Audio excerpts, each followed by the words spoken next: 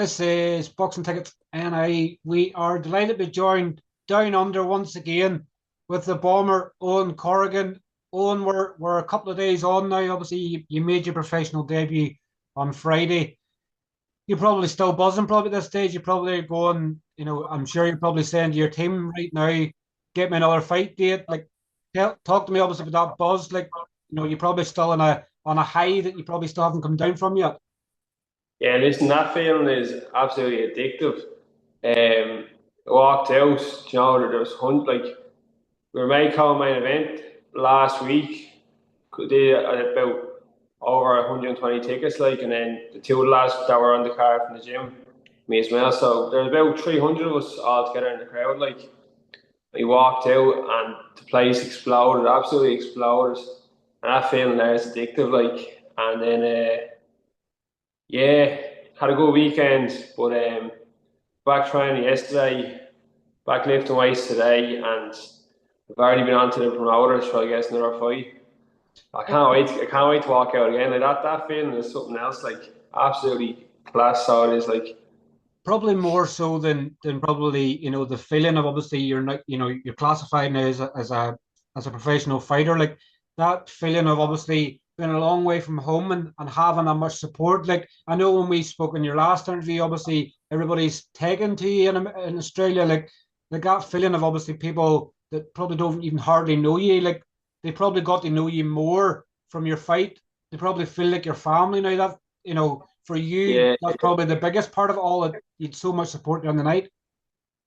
well that's it. Like like I've a lot of mates down here, but like no, none of my family. Like, but I know my mum and dad and all were watching the fight and that, but like it's not the same because they're on the other side of the world. But yeah, the feeling of relief because I was breaking it. Like, you know what I mean? Like we announced we're going pro. I was kind of thinking to myself like, Jesus, if I don't sell any tickets and this doesn't work out, I'm gonna look like the greatest gobshite. Like, but thankfully we did a good job. And there's that many Irish over here, and when Irishmen are abroad, they stick with each other. Like, and there's even lads I never met before in my life, and they were sending me texts saying, "Listen, we got mates back home that were pros and whatever, and we'll stick by you and we'll do whatever we can for you." And they promoted me. I had a gang from Derry come, I had a gang from Belfast, had a gang from Cork, Sligo, like everywhere.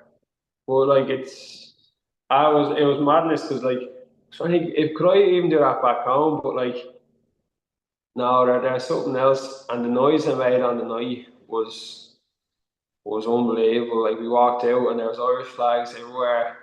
People had their tops on, and like we were definitely were the loudest support there. Like, and promoter came to me after and said like, don't know what it was about your crowd, but that atmosphere has never been like that because the Thunderdome they do shows quite regularly, but we the crowd in they're all singing the songs and making noise. But sure, after my fight, they all left.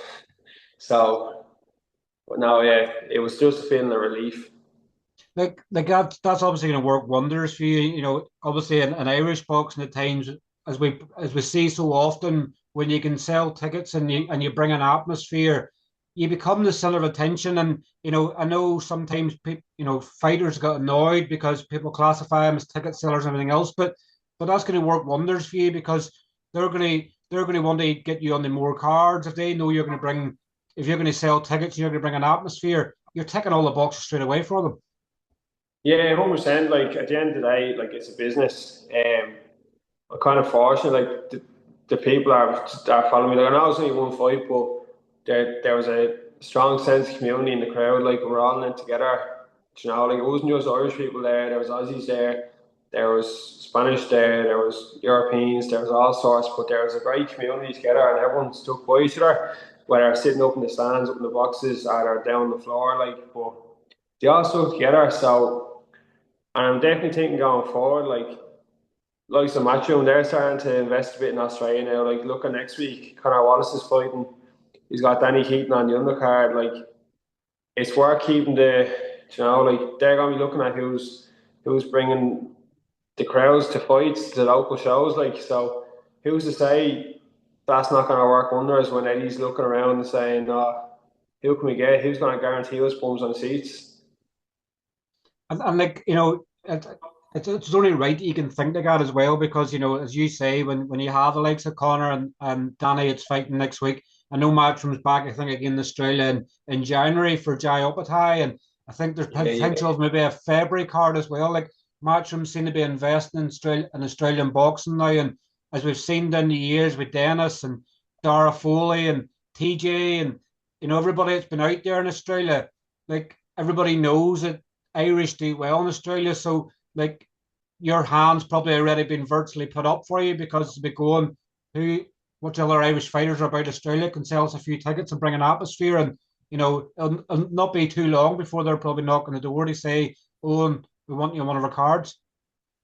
yeah. Well, that's the dream, isn't it? Like turned over to get the big nights to follow. Like you don't want to be fighting on small hall shows the rest of your life, but like it'd be we're in the right direction for Eddie or whoever to be looking that way. And I know that card next week I think is sponsored by Real Season, so like that opens even more doors. So like just have to keep doing what we're doing. But like that's the first fight done, and we ticked all the boxes. Like I can guarantee it the next fight. So fight number two, that's going to be even bigger and even louder because the general consensus is that fight, everyone went home happy. Everyone went home like with great stories and memories and putting up stories and videos. I've got people ringing me and texting me saying, "Oh, they're devastated and go because it like looked like they're at a concert." Like, but the next one's gonna be even bigger and even better. Like, so hopefully, any of you looking around. When you pictured that moment, I guess, when you first got on that airplane to go to Australia, and you obviously had a couple of amateur fights before turning over, like when you look back now and you picture that, everything's been all worthwhile. Like you even obviously had a stoppage. Like I believe you dropped King Fahd 3 times, obviously before the towel was thrown in, but it looked like it was going to be a stoppage. Like when I guess when you rewind back, they think of obviously this moment, like it's probably still feels like a dream for you. Ah, completely. Like we were going to the weigh-in, so we coach Dan gave me lift to the weigh-in, and we're sitting in traffic on the way out there, and you just said like, Jesus, the day you came to the gym was the day you landed in Australia, and we had a conversation about a week after that, saying like I said, look, I just want to get back into loving boxing because I was supposed to turn over like several times before and it never worked out. And I just didn't think it was ever going to happen. Just didn't think it was supposed to be. But I just wanted to get back to loving boxing. And so we had a few amateur fights and that. And he said, like, he was like, look at you now, like now you're turning pro, but it's like you're going to this way in, and everybody in there don't know who you are. Like you've set yourself up now, and now it's time for you to just live the dream, pretty much like. But yeah, so the feeling of even in the fight, like so, even though I walked out and looked as confident, there was still that nerves and there was that like the butterflies inside. But the fight was going well. Like I dropped King Fahd in the first round with kind of a flash knockdown with a jab. And the kind of excitement took over, thought run over there and jump on him and clear him out. But we kept it composed and he got it was only a flash knockdown, like what happens. He got up and he came for me again, just coming at me with the big overhands. Like in on paper, we thought it was gonna be a lot harder fight than it was.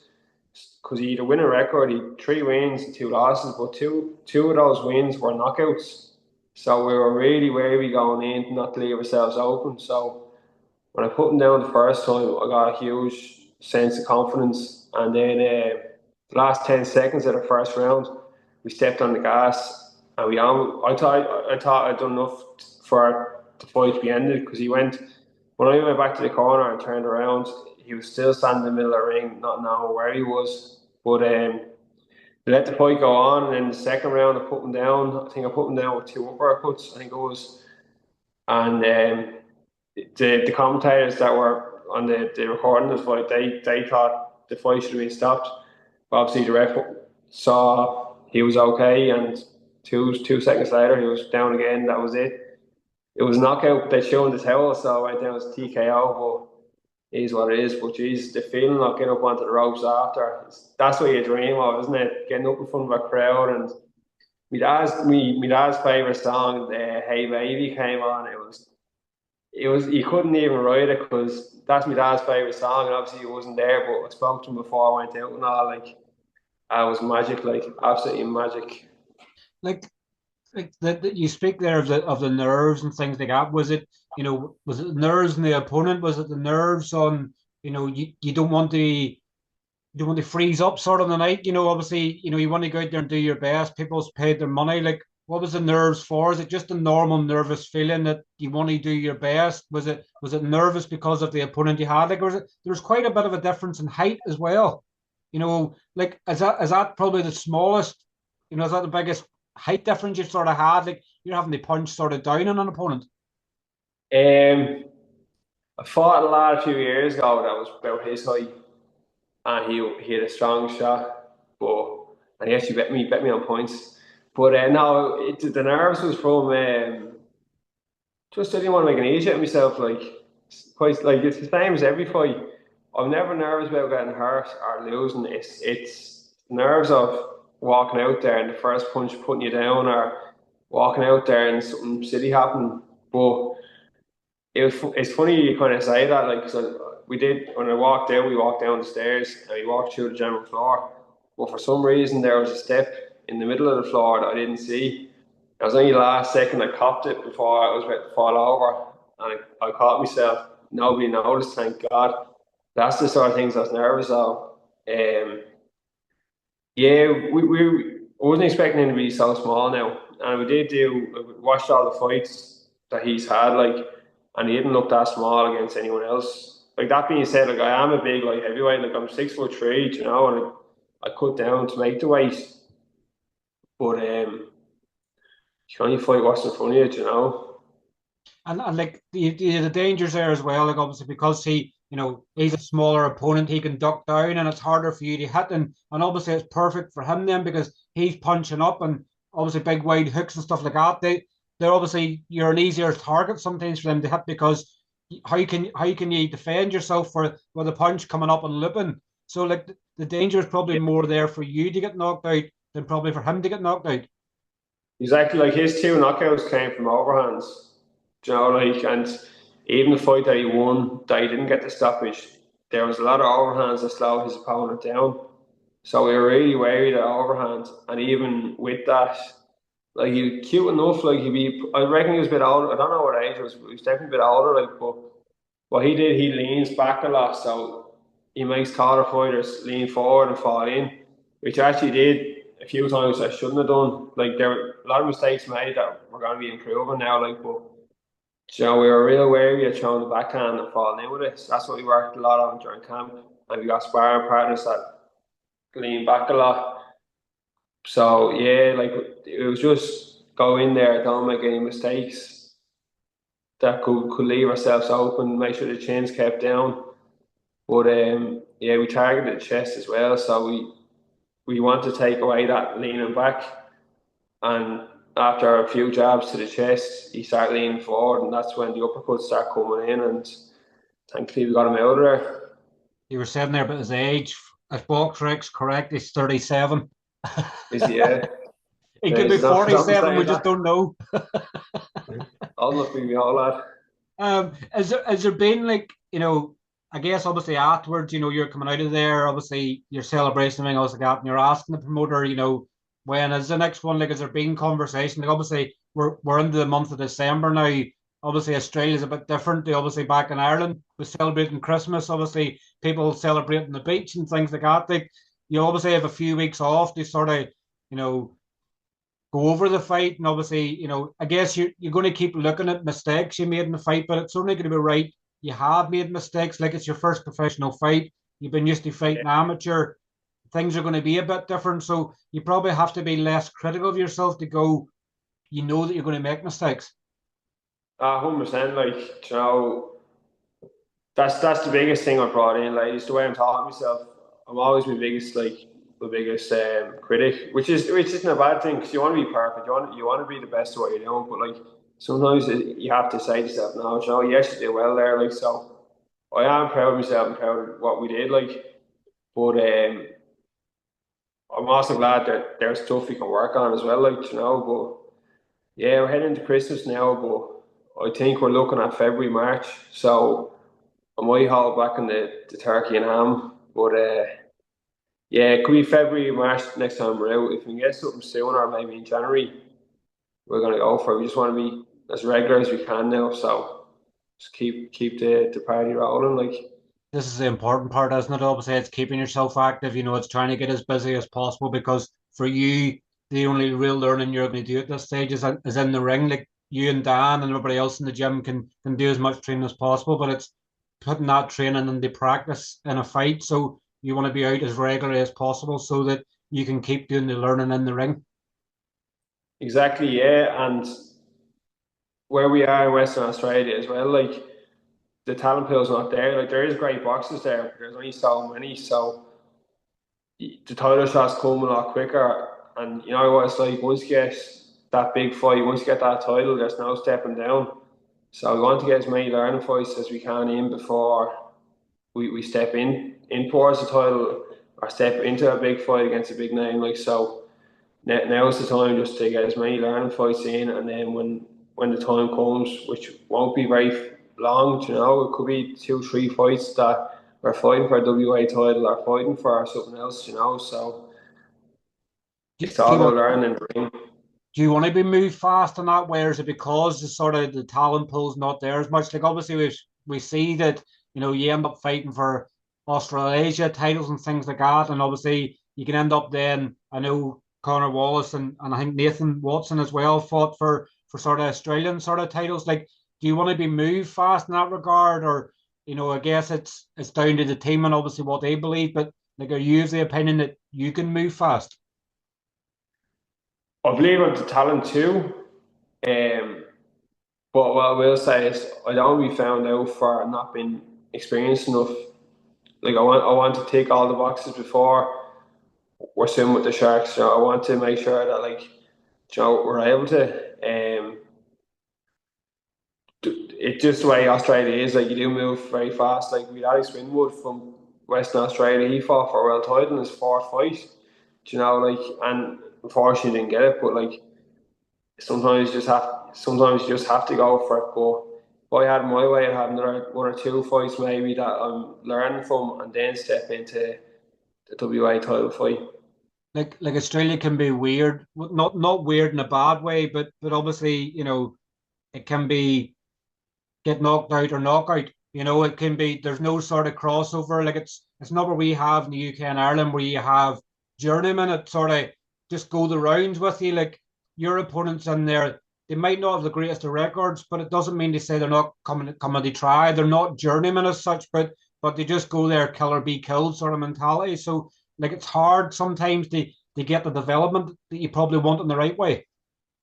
Exactly, like so. Like it was actually quite hard trying to find an opponent for that first fight. Like we were looking all around Australia trying to find light heavy that wasn't 10 fights, 8 wins, 2 losses, or seven wins, whatever. Like trying to find someone that would be like on level playing field. So like we had to fly obviously King in from Indonesia, and we might have to fly someone else in from Asia, or might have to go over there ourselves. Like, but it's kill or be killed. So you want to be ready for whatever's coming knocking at your door. Because at the end of the day, like this is my career now. Like, this is what we do. Like, you don't want someone coming and taking what's yours. Like so. Whatever I can do to be ready, I have to do it. Like, How does it feel for you now that you're a professional boxer? Like obviously I know it's a few months since obviously you made that decision, you were turning over, you've had your first fight. How do you feel now calling yourself a professional boxer? Or do you just call yourself Owen the Bomber to everybody? Like how's that mentality changed for you in your head? Like do you feel like you're on the path to something obviously in some ways? Like or do you have like a sign on the back of your t-shirt that says I'm a professional boxer so that everybody knows? Like how does it feel for you in your own head to say you're now a professional boxer? it feels great. In fairness, it does. Like, you can kind of carry yourself a bit prouder. Like, over the weekend, like we great crack, got up to people telling me we're a professional boxer and that, but like that's worn off now at this stage now. Now like now I'm saying, oh yeah, only one fight. So I want to go again. I want to get as many in behind and build up the record. Like I want to say I'm a successful professional boxer. I'm still on the bomber. Like I'm still gonna be the same man that I was last week. So you can't let things change it. You've a few sponsors obviously in your top. I think the sponsors that's come on board since we've sort of done our first interview. Do you want to give them a shout out, because obviously this wouldn't have your debut wouldn't have been possible without the sponsorship that's coming involved with you. 100%. Like you got them all on the top there, and I've got another sponsor as well, Dress and Reset, that does all my sports, massage therapy, and all. They're all great. Like without them, you're nothing. Like I wouldn't have been able to pay for my training. I wouldn't have been able to try to get the opponents, and even if, like the lads, like they all came to the fight, and they all brought people with them. So like their support isn't just financially; it's actually like they're there supporting me at the fights as well. Like so, credit to all of them. And obviously the support you had there, obviously on the night, and obviously the support you've had back home, like it's making you feel like a superstar now. It's not making you feel like a normal sort of Joe Blogs. It sort of has a dream and sort of nowhere to go. Like the support, obviously, on both sides of the world is growing, and that's the part that keeps you driving on day in day out. I have to thank you massively as well, Steve. Like you helped me out loads. You're constantly promoting the fight, and it worked wonders. Like I know even back home, the Ardmore pub and Bray, they had the fight up on the screens, and people were coming to me. Oh, I saw you in boxing Northern Ireland, and we people come into the gym that saw the post go up. Like so, I have to thank you massively. And then everyone at home that watched the fight, like there was a good few people. My mum and dad keep saying to me, "Oh, X, Y, and Z." Helped them saying to watch it, and obviously it was on the Ardmore and Bray, like, and then well, obviously over here with everyone at it, like, and it's not even the fact they were at it; it's how loud they were. Like that's even more important to me than anything. So yeah, just major thanks. It for me, it's nothing that's different. It's not like I'm doing anything different with you that I don't do with anybody else. It's at the end of the day, you're out there trying to ply your trade in a sport that you love. So like it's only fair for me covering media that, and obviously the good thing with you as well, Owen, is you're open. Like you obviously said to me before your debut last week, let's do an interview after, let's do an interview after. So you're keen and eager. So like I'm only doing my job and obviously trying to help promote you as the very best I can. But it's great to see that your dreams are sort of coming to reality in a lot of respects. And it's only the start for you. Yeah, no, like it's gonna be a long journey. Like you look at most top Irish boxers, they go for years. Like even like Dennis Hogan, like as far as I can remember back, like he was boxing away, and then obviously you got the same fight on the Katie's head on the card. It was actually he sent me I think he commented on when we stuff where he sent me a message last or over the weekend saying well done, and he liked the retro tunes and that. So that was a nice little moment. But no, definitely like finally here now as a professional boxer, and people are coming, they're asking what's next, what's next, what's next. And truthfully, like after we get past next fight in February, like who knows what's next? I was saying earlier on, Eddie Hearn's looking around Australia, like we're within a shout and anything's possible, especially in boxing, like where you actually get the opportunity to fight for your dream. Like it's not like football and that where people pick their soccer players and that we actually have a chance to stand in the ring with anyone, and you're only ever one punch away from achieving greatness. Where do you sort of, in boxing terms, like where do you sort of now start to set goals? Do you have a goal now that you want to be on a matchroom card? Like I know when we spoke previously, and you probably said your career is going to be in Australia. Like, do you start to where do you start to dream and start to visualize yourself to keep pushing yourself on? Like, do you now start to go, I want to be in a matchroom card, I want to fight in a big card in Australia? Like, I know you said most of your career is going to be in Australia. Like, you don't know in the future, like you could end up having a fight at home. Like, where do you start to set your short, medium, and long term goals in the sport? I try to keep most of my goals as short as possible. you know, so you're not chasing stuff that's too far away. I try to keep it small. So say for me now, next goal is to main event in card here, or to fight for a WA title. Then after that, like I'm looking at Australasian, Australian. You know, like I want to get a fight at home too, but I want to bring a traveling crowd with me, and obviously then fight for like a big title. The way Darragh Foley did it was, I think, the way I'd like to do it, where he was kind of coming and he was getting the big fights. You know, like the last fight with Pierce O'Leary would obviously be, you know, the dream kind of fighting like a big name back home on an Irish card.